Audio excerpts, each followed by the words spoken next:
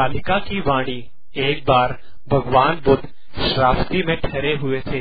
वहाँ उन दिनों भीषण अकाल पड़ा था। यह देखकर बुद्ध ने नगर के सभी धनिकों को बुलाया और कहा, नगर की हालत आप लोगों देख ही रहे हो। इस भयंकर समस्या का समाधान करने के लिए आगे आइए और मुक्त हाथों से सहायता कीजिए। लेकिन गोदामों में बंद अनाज को बाहर निकालना सहज नहीं था। श्रेष्ठी वर्ग की करुणा जागृत नहीं हुई। उन्होंने उन अकाल पीड़ित लोगों की सहायता के लिए कोई तत्परता नहीं दिखाई। उन धन कुबेरों के बीच एक बालिका बैठी थी। भगवान बुद्ध की वाणी ने उसको झंझोर दिया। वह उठकर बुद्ध के सामने पहुंची और सिर झुकाकर बोली, हे प्रभु, मुझे आशीर्वाद दीजिए, मैं लोगों के इस दुख को हल्का कर सकूं। उस बालिका के यह सब सुनकर भगवान बुद्ध चकित रह गए। उन्होंने कहा कि बेटी, जब नगर के सेठ कुछ नहीं कर पा रहे तो तुम क्या करोगी?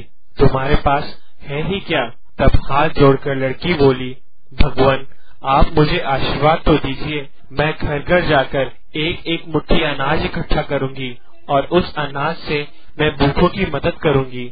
भगवान, जो मर रहे हैं वे भी तो मेरे अपने भाई बहन हैं। उनकी भलाई में ही हमारी भलाई है। इतना कहकर वह बालिका फूट पड़ी।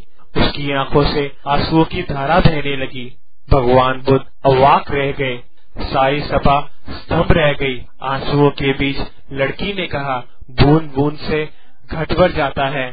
सब एक एक मुट्ठी अनाज देंगे तो उससे इतना अनाज इकट्ठा हो जाएगा कि कोई भूखा नहीं मरेगा। मैं शहर शहर घूमूंगी, गांव गांव में चक्कर लगाऊंगी और घर घर झोली फैलाऊंगी।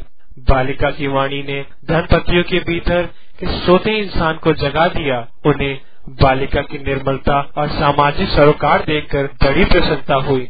फिर क्या था, अनाज के गोदामों के दरवाजे खुल गए और अकाल की समस्या जल्द ही समाप्त हो गई।